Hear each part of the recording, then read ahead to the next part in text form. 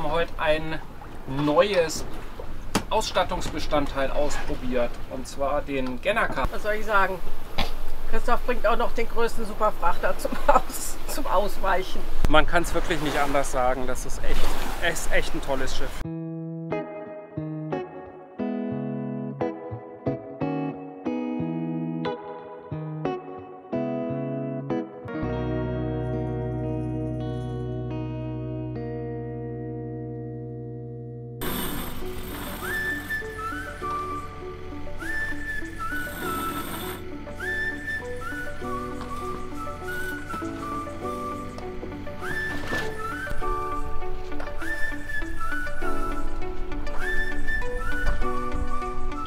Ja, mir geht so langsam ein bisschen besser. Bin nicht mehr ganz so schwach wie die letzten Tage. Geht aufwärts. Wir haben heute ein neues Ausstattungsbestandteil ausprobiert, und zwar den Gennaker. Der war bisher noch tief in einer Wachskiste verstaut und den habe ich heute Morgen mal rausgekramt. Ja. Also ich habe mich erstmal ganz langsam dran gemacht, weil ich kannte den nicht. Ich bin auch noch nie einen Gennaker gefahren. Ich bin ja nur den Parasailer bisher gefahren. Aber ja, es ist genau das gleiche Prinzip. Also ich habe mir den erstmal schön zurechtgelegt, habe dann geguckt, was gehört wohin. Habe den in Ruhe alles eingefädelt und ja, beim ersten Mal alles schon super fein geklappt. Und wir haben auch gar nicht viel Wind und trotzdem laufen wir gut. Also wir laufen jetzt ungefähr 4 Knoten und Wind haben wir 9 Knoten.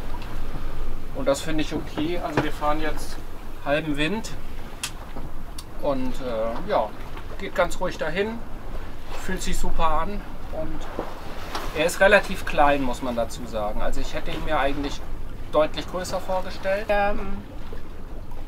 Die Korne kam ja mit allen Originalsegeln dazu. Also das ist eben der Ballooner für das Twin Head Sail, um Hasardbesegelung zu machen. Es ist der Gennaker und es ist noch ein Ballooner, also so eine Art Gennaker für den Besarenmast. Das ist original und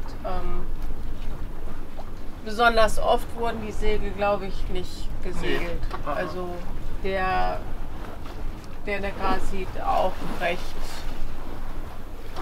gut noch aus, zumindest Von weitem, ja. von Weitem. Also er hat ein paar Stockflecken und an den Ösen ist Rost. Also sind wir damit ganz zufrieden. Und vor allem dieses Gleiten, was ich unter dem Parasailer so geliebt habe. Also es ist kein Parasailer. Der Parasailer war geiler. Aber es ist schon schön und ich bin froh, dass wir wieder gleiten können. Dieses so ruhige Dahingleiten ohne viel Bewegung im Schiff. Und vor allem bin ich froh, dass wir wieder eine Option mehr haben, weil das wäre für uns klassischerweise ein Wetter gewesen, um zu motoren.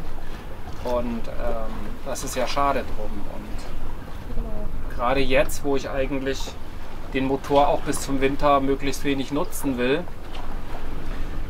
bin ich froh um jede Meile, die ich segeln kann. Ich freue mich, dass wir jetzt, ich traue es mir nicht zu sagen, ne? Was denn? Dass wir nach Menorca fahren. Oh, jetzt geht's schief, du hast das ausgesprochen. Ich habe es ausgesprochen. Ja.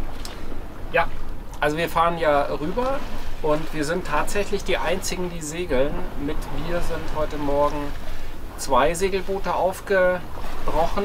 Die sind direkten Weg gefahren, die Motoren immer noch. Und ich bin sehr hoch gefahren, weil der Wind ziemlich spitz kommt auf die Nase. Und dadurch habe ich jetzt die Möglichkeit, Halbenwind zu fahren. Und das ist schön. Das ist sehr schön.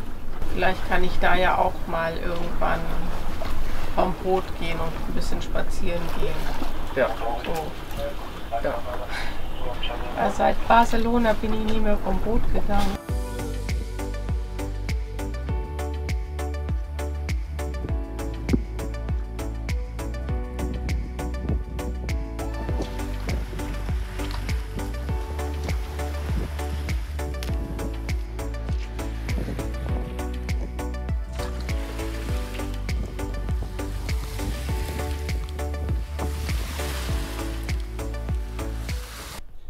eine Sache ja auch total faszinierend, wenn man sich die Segelfarben anguckt.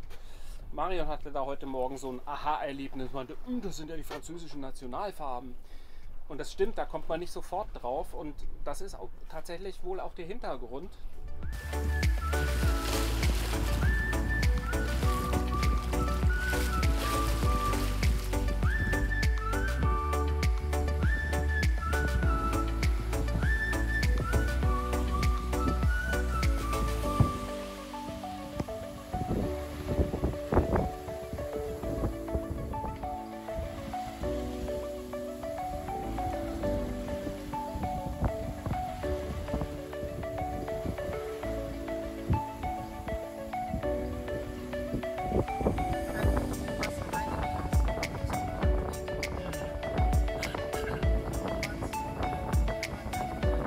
Eigentlich fahren wir viel zu hoch für das Segel. Wir haben jetzt 10 Knoten Wind und wir fahren um die 5 Knoten. Das ist total genial. Total super. Ja, haben wir jetzt einen richtigen Kurs? Ja. Weil war jetzt der Kurs nicht richtig. Du meinst, wir fahren jetzt doch nach Ibiza und doch nicht nach Menorca oder sowas? Ich frage ich ja gerade, ich kenne dich doch. Wie, du kennst mich doch? Ah, der Segel sitzt super, toller Kurs, Segel sitzt so toll, aber nicht da, wo wir hin wollen. Aber das Segel steht. Ja, immerhin sind wir Segler, ne? Ja, man muss ja auch mal Prioritäten setzen. Ich denke, man fährt nur dorthin, wo der Wind hinweht. Also jedenfalls macht es heute richtig Spaß.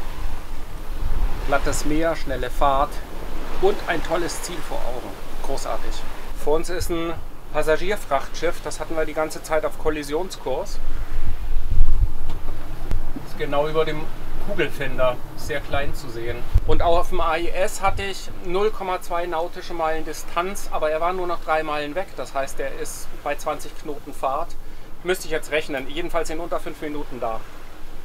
Und dann habe ich ihn angefunkt und habe gesagt, hier, wir sind 3,5 Meilen vor dir, siehst du uns? Ja, ja, ich sehe dich gut. Dann sage ich, wie macht man das? Ja, ach, du gehst in 0,1 nautischen Meilen an mir vorbei, halt mal deinen Kurs. Und sage ich, ja, 0,1 nautische Meilen, also das sind ungefähr 200 Meter. Habe ich gesagt, ja, finde ich ein bisschen knapp, kannst du vielleicht noch um 1 Grad deinen Kurs ändern, das wäre echt großartig. Naja gut, dann gehe ich an deinem Heck vorbei.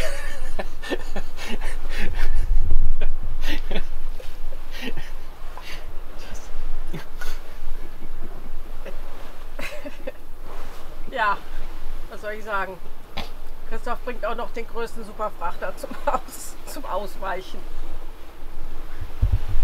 Naja, Ja, ich bin immerhin unter Segeln. Ne? Und ja, er ist Berufsschiff. ja klar, er ist Berufsschifffahrt, aber normalerweise, Ja, mir hat er auch mal ein Spanier gesagt, das darfst du auf keinen Fall machen, das mögen die überhaupt nicht. Ja, das mag sein, aber wir sind halt trotzdem ein bisschen träger und wenn man freundlich fragt, ist meine Erfahrung, dass sie dann schon darauf eingehen. Noch dazu ist es dann auf Funk und Funk wird mitgeschnitten und insofern ist man dann doch noch ein bisschen sicherer, als wenn man es einfach drauf ankommen lässt, finde ich.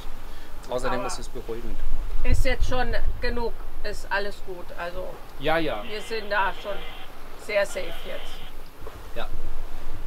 Ja, ich sehe ihn mittlerweile in der Seitenscheibe. Ja. Also. Alles gut. So, jetzt hätte ich dir gerne die größte AIDA, die es gibt. Mit der würde ich das nochmal gerne probieren. Ich habe das ja schon mal vor Cartagena mit einem Gasfrachter gemacht. Der war ähnliche Situation und ja. Und auch deswegen liebe ich das AIS, weil du siehst eben die Schiffsinformationen. Ich wusste, wie das Schiff heißt. Ich hatte die MMSI und konnte eben übers Funkgerät ihn direkt anfunken und ja, um Korrektur bitten. Und das ist auch großartig. Also immer schön brav und freundlich bleiben. Ja. Warum guckst du jetzt beim freundlich bleiben auf mich? Ich wollte nur deine Reaktion dazu. Ja, bin immer freundlich. Ja. Aber mit dem Ding hätte ich mich echt nicht gerne anlegen wollen. Lieber nicht. Lieber nicht, jedenfalls nicht bei 20 Knoten.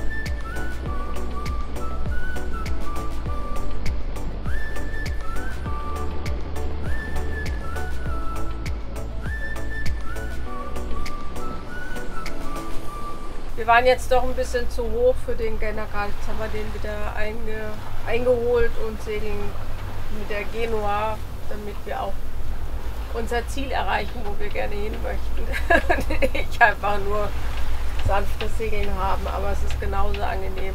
Also es ist wirklich traumhaft schönes Segeln heute.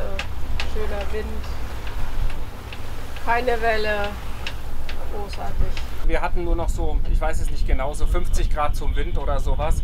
Das war nicht der richtige Kurs dafür. Übrigens, während wir das alles gemacht haben, gerade eben kam ein Funkspruch durch, da hat ein anderer Segler eine andere Fähre angefunkt, was sie denn vorhatte. Also es scheint doch nicht so unüblich zu sein hier in dem Bereich. Übrigens hinter Marion sieht man gerade so eben noch ein bisschen Mallorca. Und vor uns,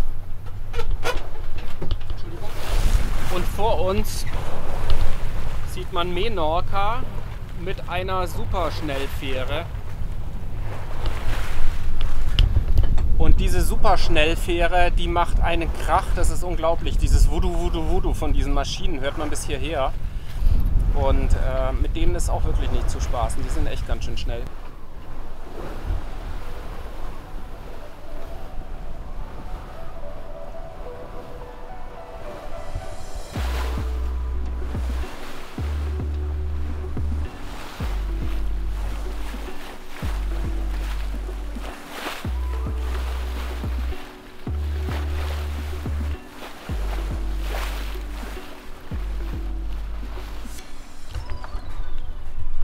Ein geiles Schiff, man kann es wirklich nicht anders sagen. Das ist echt ein tolles Schiff. Ich konnte übrigens endlich das Rätsel um dieses lästige Piepen hier an Bord lösen. Wir hatten ja so ein Piepen, was immer scheinbar zufällig aufgetreten ist. Und ich hatte hier an den ganzen Instrumenten schon alles Mögliche ausprobiert und es war nichts. Und jetzt habe ich es durch Zufall gerade entdeckt. Ich hatte nämlich gesehen, dass ein Katamaran sehr nahe auf uns zusteuert. Und der war im Eis die ganze Zeit grün. Und wie ich es mir angucke, ändert sich die Farbe auf rot, das heißt kritisch. Und das Piepen ging los. Also später ist er dann an uns vorbei gewesen, es wurde wieder grün, das Piepen hat aufgehört. Also da wissen wir jetzt endlich auch, woher es herkommt. Das Einzige, was ich nicht verstehe, das ist Nimea 2000 hier vom Handy. Aber ich wüsste jetzt nicht, wie Nimea 2000 hier piepen kann. Das kann eigentlich nur über das Funkgerät gehen. Weil das ist das einzige Nimea 2000 Gerät, was einen Lautsprecher hat. So macht es jetzt richtig Spaß. Wir haben jetzt 18 Knoten Wind. So zwischen Halbwind und sehr hoch am Wind und hoch am Wind. Und wir fahren so 7,5 Knoten etwa. Total genial. Wir haben natürlich auch keine Welle und deswegen flügt die Licorne hier pfeilschnell durchs Wasser. Kleiner Wärmetropfen ist nur, dass der Autopilot stark pendelt. Und ja, deswegen verlieren wir natürlich immer ein bisschen Geschwindigkeit, nehmen sie wieder auf, fallen wieder ab. Aber das sind nur Kleinigkeiten. Ich bin froh, dass das so super toll läuft und dass wir segeln können. Also auch meine Taktik ist ja aufgegangen, ziemlich hoch zu fahren und dann tiefer zu fahren, weil wir fahren die ganze Zeit.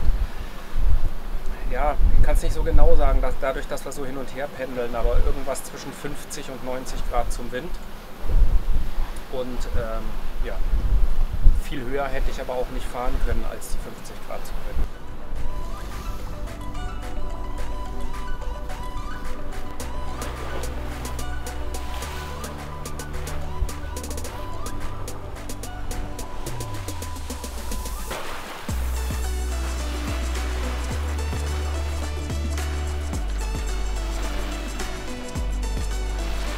Wir hatten ein traumhaftes Segeln bis hierher. Kurz vor der Küste haben wir eigentlich auch damit gerechnet, eigentlich schon früher, dass der Wind weg ist. Und die letzten 8 Meilen müssen wir jetzt motoren. Ist ein bisschen schade, aber wir wollen uns nicht beschweren. Wir sind immerhin deutlich mehr gesegelt, als wir dachten. Es ist echt schön. Und es tut gut, weg zu sein von Mallorca. Mallorca waren wir jetzt wirklich oft und lange schon und auch schon ohne Boot und was anderes zu sehen ist wirklich gut. Und wer weiß, vielleicht platzt der Knoten jetzt, wo wir endlich mal hier sind und ja, es wird alles wieder gut. So, jetzt noch mal kurz das Wasser. Das Wasser hat eine unfassbare Farbe. Unten drunter ist es Sand anscheinend und ja, du siehst, das ist total, ja, irrsinniges Blau.